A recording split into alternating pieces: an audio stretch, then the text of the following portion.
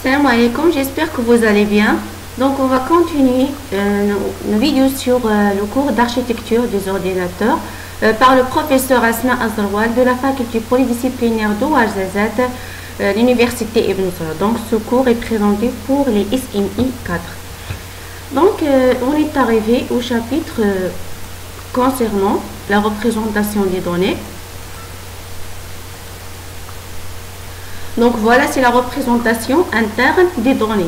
Alors, qu'est-ce qu'on veut dire par la représentation interne des données? C'est-à-dire la manière avec laquelle on va représenter les chiffres, les mots ou bien n'importe quelle information à l'intérieur de l'ordinateur.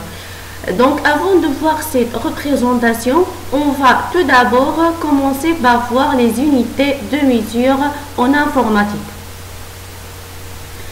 Donc, on a dit que les types d'informations traités directement par un processeur ne sont pas très nombreux. Donc, il y a les données, donc il y a les entiers, soit des entiers naturels ou bien des entiers relatifs, les flottants simples ou bien doubles, ou bien des réels.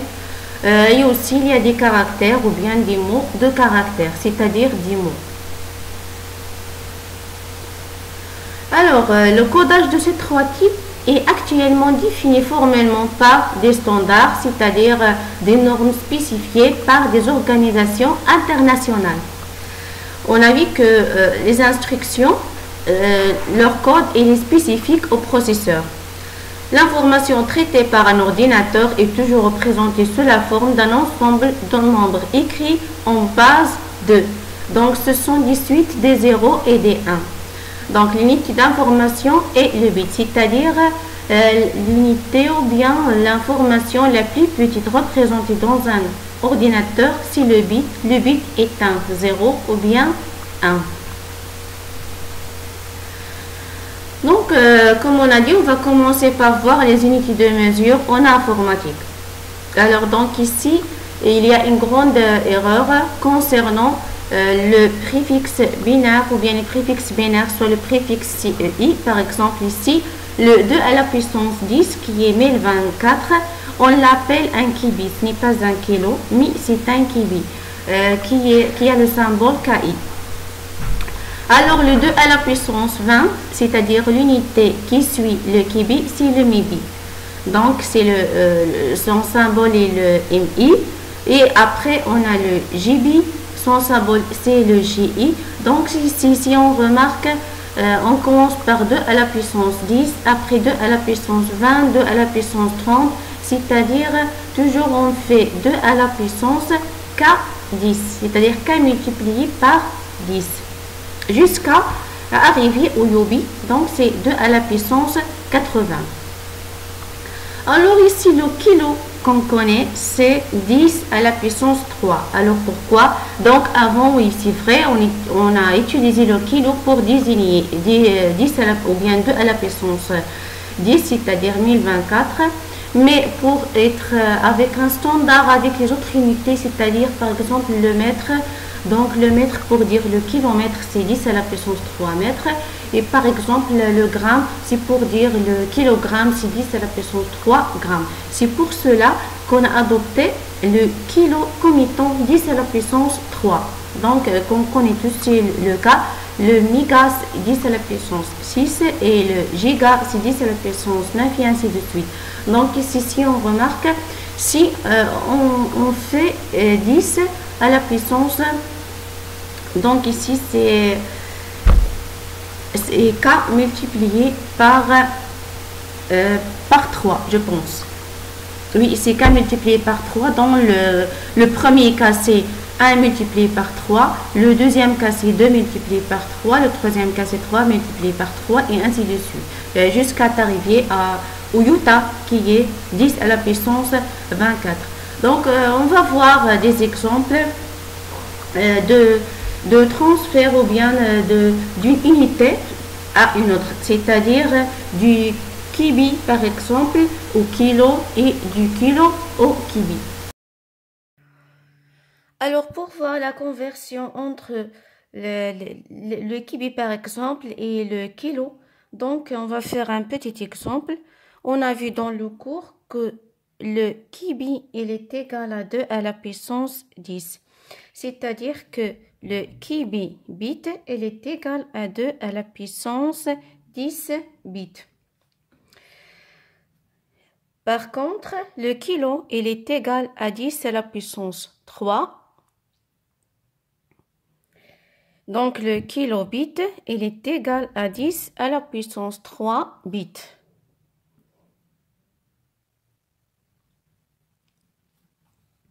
Qu'est-ce que ça va nous donner? Étant donné que, par exemple, le kibi, il est égal à kibi bit, il est égal à 2 à la puissance 10 bits, qui est 1024 bits. Si on veut convertir ceci en kilobits, qu'est-ce qu'on va faire?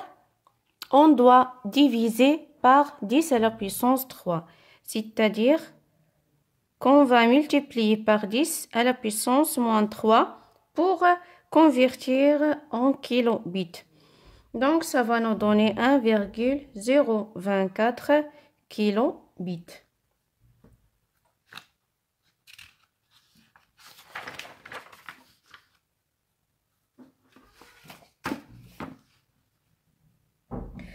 Alors, pour voir la forme d'exprimer un nombre sous une base B, la forme mathématique est kibi. Donc ici, si on veut mettre une forme qui est standard ou bien une forme qui est un peu mathématique pour les nombres, donc on a ici la numérotation qui permet de représenter un mot ou bien un nombre par la juxtaposition ordonnée de variables ou bien symboles pris parmi un ensemble. Dans un système de numérotation en base B, un nombre noté n indice B, il est égal à quoi? Donc, il est égal à la sommation de AK multiplié par B à la puissance K. Partant de K égale à 0 jusqu'à n-1. Donc, cette écriture, il va s'écrire sous forme de AN-1, AN-2, A1, A0. Donc, ici, B, c'est la base au nombre de chiffres différents qui utilisent le système de numérotation. AK, c'est le chiffre de rang K et B à la puissance K, c'est la pondération associée à AK. Donc, on va voir des exemples concernant, ce sont les coefficients et B à la puissance K, ce sont les pondérations qu'on peut écrire sous la forme la juxtaposition des coefficients AN-1, AN-2 jusqu'à AN ou bien A1 et A0. Si on prend le cas où n est égal par exemple à 4, c'est-à-dire on a un nombre qui est composé de 4 chiffres dont la base décimale, c'est-à-dire b, on va la prendre, elle est égale à 10. Donc ici un exemple, c'est 1425, donc c'est dans la base 10. Il va t'écrire comment? C'est-à-dire, si on veut faire une sommation, ça va donner 1 multiplié par 10 à la puissance 3, plus 4 multiplié par 10 à la puissance 2, plus 2 multiplié par 10 à la puissance 1, plus 5 multiplié par 10 à la puissance 0. Donc, ça, ce sont les coefficients. Donc, dans notre cas, n est égal à 4. Donc, ça, c'est A3, A2, A1, A0. D'accord, ça ce sont les pondérations, c'est-à-dire B à la puissance K. Donc ici c'est 10 à la puissance 3, 10 à la puissance 2, 10 à la puissance 1 et 10 à la puissance 0.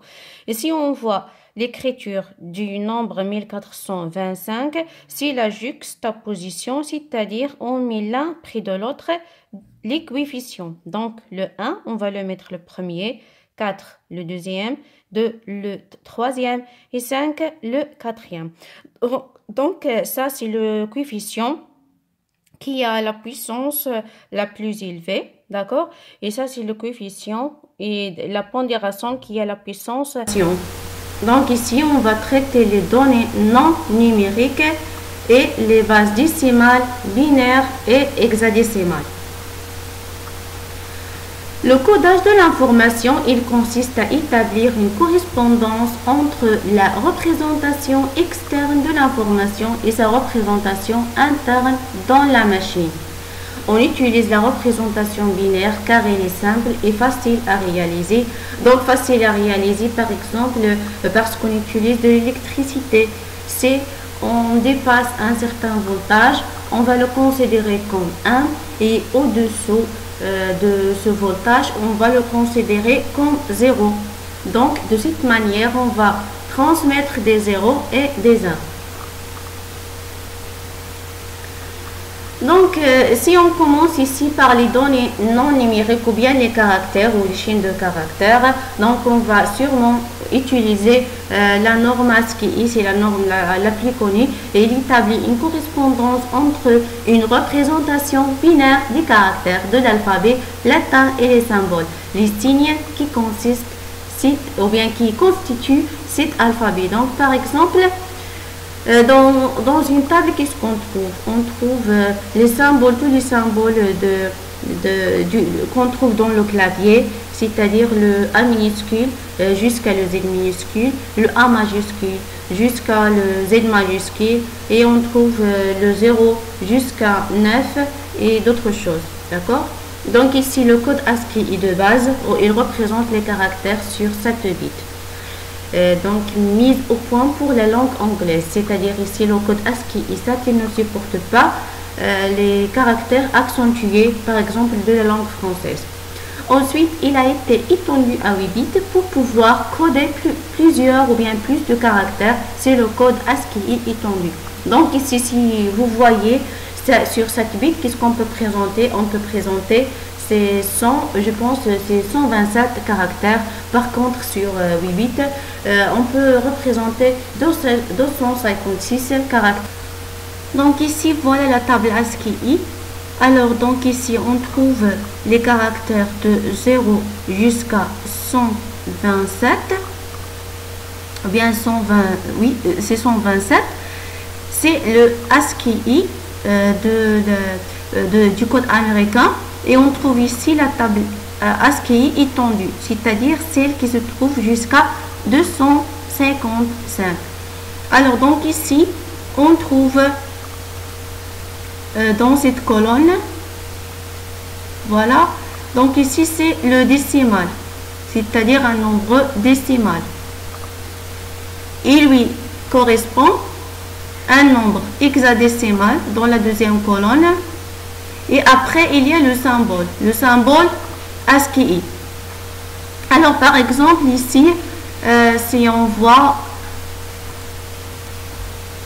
le caractère A, donc le A minuscule, il lui correspond comme code ASCII en décimal 98. Par contre, le A majuscule, il lui correspond 65. D'accord? Donc ça, c'est donc le ASCII sur 7 bits. Si on veut le ASCII sur 8 bits, donc c'est la version étendue qui va jusqu'à 255. Alors par contre, si donc ici on voit bien qu'il y a une correspondance entre les entiers et entre les caractères. C'est pour cela, par exemple, dans le langage C, si vous déclarez un caractère X, il vous lui donner un entier et il ne va pas vous générer une erreur, mais directement il va vous donner l'équivalent de cet entier dans la table ASCII. Et par contre, si vous avez un entier et vous lui donnez un caractère, donc qu'est-ce qu'il va chercher? Il va chercher le numéro équivalent à ce caractère-là. Donc ici, c'est la table ASCII. Donc vous n'êtes pas obligé d'apprendre par cœur cette table, mais on va vous la donner au cas où. Les bases décimales, binaires et hexadécimales. Donc ici, le système décimal, c'est la base 10. Il est basé sur 10 symboles que vous connaissez bien, de 0, 1, 2, 3 jusqu'à 9. Par exemple, si on veut représenter 523 dans le système décimal, il est égal à quoi? Donc ici, on va écrire ce nombre selon la formule mathématique qu'on a vue. D'accord? Donc, c'est les AK multipliés par B à la puissance K. Donc, ici, B, c'est 10. Donc, notre base ici, c'est 10. Les AK, c'est 5, 2, 3. Donc, 5, il est multiplié par 10 à la puissance 2, plus 2 multiplié par 10 à la puissance 1, plus 3 multiplié par 10 à la puissance 0. Par contre, le système binaire base 2, il utilise seulement deux symboles, 0 et 1. Par exemple, si on veut présenter 16 qui est en décimale, on veut avoir sa représentation binaire. Donc, elle est égale à combien? Elle est égale à 1, 0, 0, 0, 0. Alors, comment on a obtenu cette représentation? Tout simplement en écrivant 16 sous la forme de la sommation des AK 2 à la puissance K. Donc ici, il est égal à 1 multiplié par 2 à la puissance 4, plus 0 multiplié par 2 à la puissance 3, plus 0 multiplié par 2 à la puissance 2, plus 0 multiplié par 2 à la puissance 1, plus 0 multiplié par 2 à la puissance 0. Le système hexadécimal, à son tour, il est basé sur 16 symboles. Donc, ces 16 symboles, ils sont représentés de 0 jusqu'à 9 et de A jusqu'à F. C'est-à-dire le 10, il est représenté par A, le 11 par B, le 12 par C, le 13 par D, le 14 par E et le 15 par F. Voilà une petite table qui résume la représentation des nombres décimales, leur correspondance en binaire et leur correspondance en hexadécimale. Donc ici, ce sont des nombres qui sont croissants. Si vous voyez, on commence par des zéros. Donc on fait ici une représentation sur 4 bits. Et après, c'est le 1. Directement, on passe à 0, 1, 1, 1. Si on ajoute toujours, on ajoute 1, on passe à l'autre nombre. Maintenant, si on veut faire une conversion du décimal au binaire ou bien le contraire, donc qu'est-ce qu'on va faire? La conversion du binaire au décimal est facile. Il suffit juste de faire l'addition entre les différentes puissances du nombre 2. Donc ça, c'est la plus simple. Donc, on part du binaire et on arrive au décimal. Par exemple, 1, 0, 0, 1, 1, 0, 1. Dans le binaire, si on veut faire sa représentation en décimale, tout simplement, on va l'écrire sous la forme de la sommation des AK, B à la puissance K. Donc, il va nous donner 2 à la puissance 6, plus 2 à la puissance 3, plus 2 à la puissance 2, plus 2 à la puissance 0, qui est 64 plus 8 plus 4 plus 1, qui est 77 en décimale. Pour la conversion du décimal au binaire, on fait une suite de division euclidienne par 2, ou bien on peut tout simplement faire la méthode des additions des puissances, c'est-à-dire l'écriture sous forme de la sommation des AK multipliés. Pour convertir un nombre binaire en un nombre décimal, on va faire un petit exemple. Donc ici, si on prend l'exemple de 1, 0, 0, 0, 1, 0 en binaire, on veut le convertir en décimal. La première chose, il faut connaître que ça, il est associé à la puissance 0, c'est-à-dire 2 à la puissance 0. Ça, il est associé à la puissance 1. Ça, la puissance 2, ça, la puissance 3, ça, la puissance 4 et ça, la puissance 6. Donc, on a 6 chiffres. C'est pour cela, donc ça, c'est 5. Donc, ce sont 6 chiffres. Donc, ici, le plus élevé, c'est-à-dire la puissance la plus élevée, elle est égale à n moins 1, c'est-à-dire 6 moins 1, c'est 5. Donc, ici, on veut convertir ce nombre en décimal. C'est très simple. Le coefficient multiplié par sa pondération, c'est-à-dire 2 à la puissance 5, plus 0 fois 2 à la puissance 4, plus 0 fois 2 à la puissance 3, plus 0 fois 2 à la puissance 2, plus 1 fois, donc 1 fois 2 à la puissance 1, plus 0 fois 2 à la puissance 0. Qu'est-ce que ça va nous donner? Ça va nous donner 32 plus 2 qui est égal à 34 dans le décimal. Donc, comme vous voyez, on a converti un nombre de la base binaire vers la base décimale. Donc, toujours, je fais en indice la base, d'accord? Le nombre avec la base dans laquelle elle est présentée. Multiplié par b à la puissance k. Si on fait la division euclidienne, dans cet exemple, on veut avoir la représentation binaire de 77. Donc, on va la diviser par 2. Il va nous donner 38 avec un reste de 1. 38 à son tour, on va la diviser par 2 qui va nous donner 19, le reste 0. 19, on va le diviser par 2. Il va donner 9, le reste c'est 1. 9, on va le diviser par 2, c'est 4, le reste c'est 1. 4 divisé par 2, c'est 2, le reste c'est 0. 2 divisé par 2, c'est 1 et le reste c'est 0. Donc, quand on arrive à 2 divisé par 2 et le reste 1, on va s'arrêter et pour représenter les nombres, on va aller du bas vers le haut. Donc, c'est la lecture du résultat. C'est-à-dire, on va premièrement poser 1, 0, 0, 1, 1, 0, 1. Donc, 77 en décimale, il est égal à 1, 0, 0, 1, 1, 0, 1 en binaire.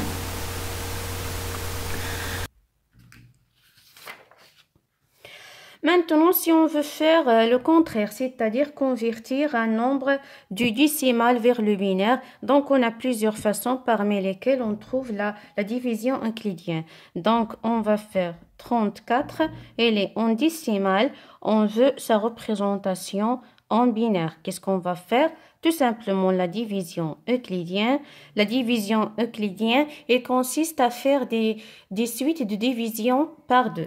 Donc ici, 34 divisé par 2, c'est 17 avec un reste 0. 17 divisé par 2, c'est 8 avec un reste 1. 8 par 2, c'est 4 avec un reste 0. 4 par 2, c'est 2 avec un reste 0. Et 2 par 2, c'est 1 avec un reste 0. Donc, comme on a vu dans le cours, il faut commencer depuis le bas jusqu'au haut. C'est-à-dire, on va remonter. Donc, ici, 34 en décimale, elle est égale en binaire A. Donc, on va commencer depuis le bas. Donc, ça va donner 1, 0, 0, 0, 1, 0. Donc, ça, c'est sa représentation. Alors, maintenant, si on veut convertir un nombre binaire en hexadécimal, il suffit de faire des groupes de 4 bits en commençant depuis la droite. Donc, ici, on a le nombre 1, 0, 0, 1, 1, 0, 1. Si on commence depuis la droite, donc on va avoir 1, 0, 1, 1. C'est le premier groupe. Et après, on a 0, 0, 1. Et on va ajouter un 0 ici. Donc, ça va donner 0, 0, 1, 0. Alors, il représente quoi? 1, 0, 1, 1. Donc, si on va au tableau, il va représenter D en hexadécimal. C'est pour cela qu'on a mis ici D. Et pour 0, 0, 1, il représente quoi? Donc 0, 0, 1. Si on ajoute 0, il représente 4 en hexadécimal. Donc c'est pour cela sa représentation en hexadécimal, c'est 4D. Donc toujours on met entre parenthèses la base qu'on utilise. Maintenant, on veut faire un exemple pour la conversion du binaire en hexadécimal. On va prendre cet exemple 1, 1, 0, 1, 1, 0, 1. Donc ça, il est en binaire. On veut faire sa conversion en hexadécimal. Donc la première étape à faire, c'est de faire des groupements de 4 bits. Donc on va commencer depuis la droite. Donc ça, c'est le premier groupe. Ça, c'est le deuxième groupe. Donc, on va faire 1, 0, 1, 1, le premier groupe. Le deuxième groupe, donc, chaque groupe, il est composé de 4 bits. Donc, on va ajouter un 0 ici. Donc, un 0 à gauche. Après, dans la deuxième étape, chaque groupe, on va faire son équivalent en base hexadécimale. Donc, si vous voyez la table qu'on a vue dans le cours, ce nombre-là, il présente D en hexadécimal et ce nombre-là, il présente 6 en hexadécimal. Donc, directement, l'équivalent de ce nombre qui est présenté en binaire, son équivalent en hexadécimal, c'est 6D et on écrit 16. Donc, ça, c'est sa représentation. Pour convertir d'hexadécimal en binaire, il suffit de faire l'opération inverse. Donc, l'opération inverse, c'est quoi?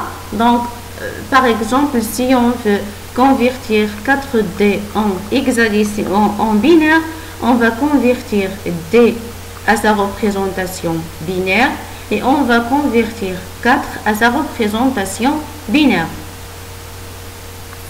Maintenant, on va passer à la représentation des nombres. La représentation des nombres qui sont entiers et la représentation d'un nombre réel. La représentation d'un entier naturel. Un entier naturel, c'est tout simplement un nombre entier positif en nul. Pour coder des nombres entiers naturels compris entre 0 et 255, donc il nous suffira 8 bits. D'accord? Donc, c'est 2 à la puissance 8, 156 nombres. D'une manière générale, un codage sur n bits permet de représenter des nombres entiers naturels compris entre 0 et 2 à la puissance n-1.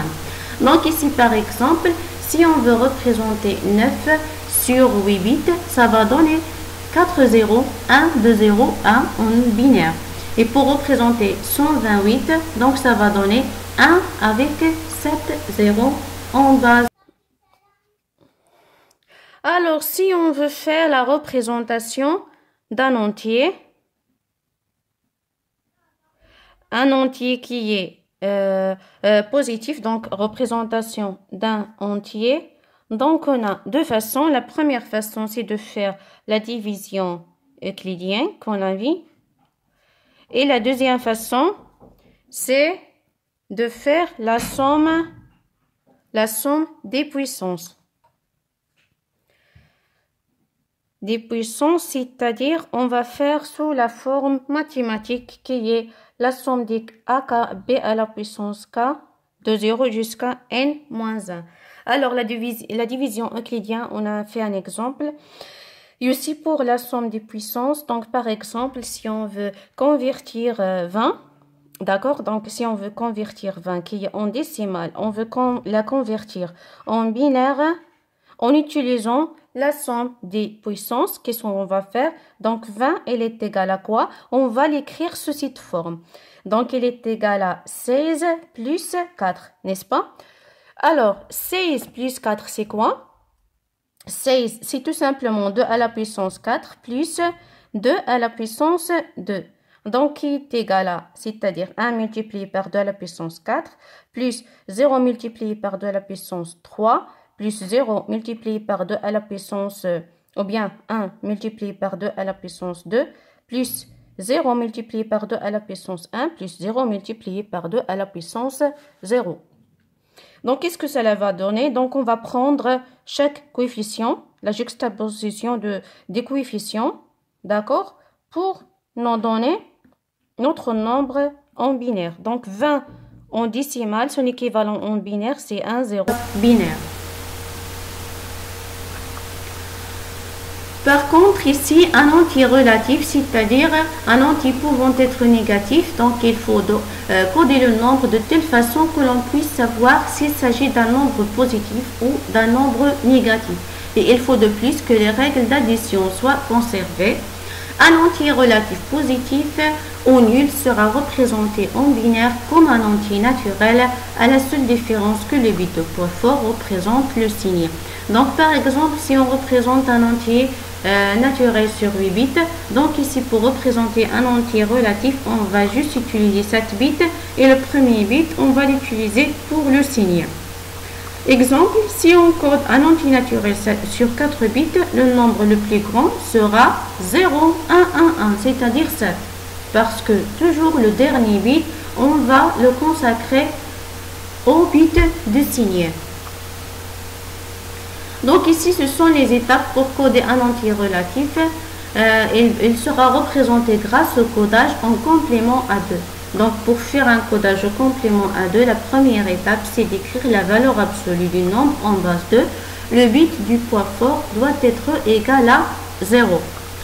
Qui est le bit de poids fort? C'est le bit qui est le plus à gauche. Alors, la deuxième étape, c'est d'inverser les bits, c'est-à-dire les 0, ils deviennent des 1 et les 1, ils deviennent des 0. Et la troisième étape, on va ajouter 1 au résultat. Les dépassements sont ignorés. Donc, si par exemple à la fin, on obtient 1 plus 1 qui va donner 0, 1, on va ignorer le 1. Cette opération correspond au calcul de 2 à la puissance n moins la valeur absolue de x, où n est la longueur de la représentation et la valeur absolue de x, c'est la valeur absolue du nombre à coder. Donc cette opération correspond au calcul de 2 à la puissance n moins la valeur absolue de x, où n est la longueur de la représentation et la valeur absolue de x, c'est la valeur absolue du nombre à coder.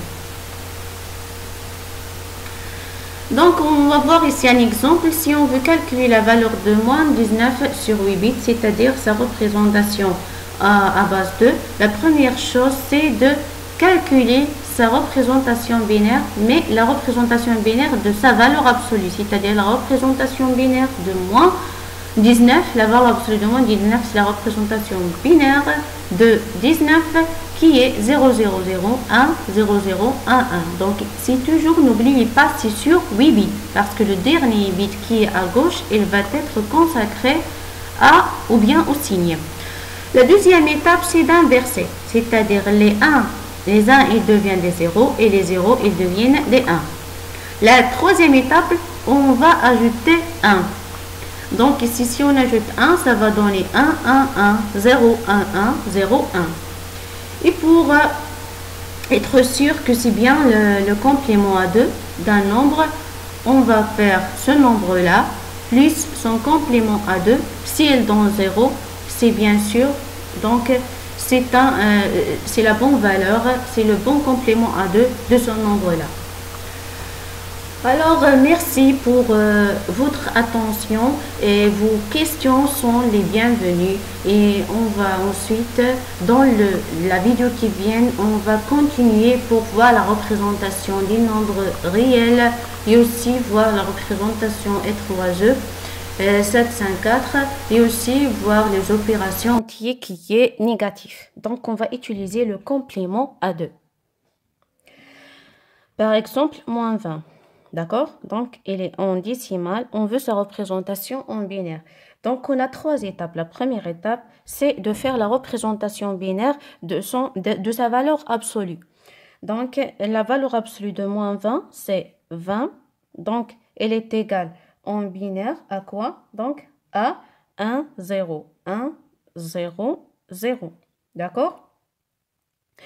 Mais il ne faut pas oublier qu'on doit la représenter ou bien la présenter sous forme de 8 bits parce que le dernier bit il est considéré ou bien on va l'utiliser pour le signe. Donc on a le premier bit, deuxième, troisième, quatrième, cinquième, donc on va ajouter 3 autres zéros. Puisqu'on les ajoute à gauche, donc ça ne va pas influencer sur la valeur du nombre. Donc ça c'est en binaire. Alors la deuxième étape c'est quoi? Donc, c'est invertir. C'est-à-dire, les 0, ils deviennent des 1 et les 1, ils deviennent des 0. Donc, le 0, il va être 1. 0 va être 1. Le 1 va être 0. Le 0 va être 1. Le 1 va être 0. Les autres vont être des 1. Et la troisième étape, c'est l'ajout de 1. C'est-à-dire, on va faire le nombre plus 1. Ça va donner 1 plus 1, c'est 0 avec un retenu de 1. 1 plus 1, c'est 0 avec un retenu de 1. Et 1, il y a rien ici, donc on va directement poser les nombres. Lorsqu'on va voir l'addition, on va voir les règles qu'on va utiliser plus en détail.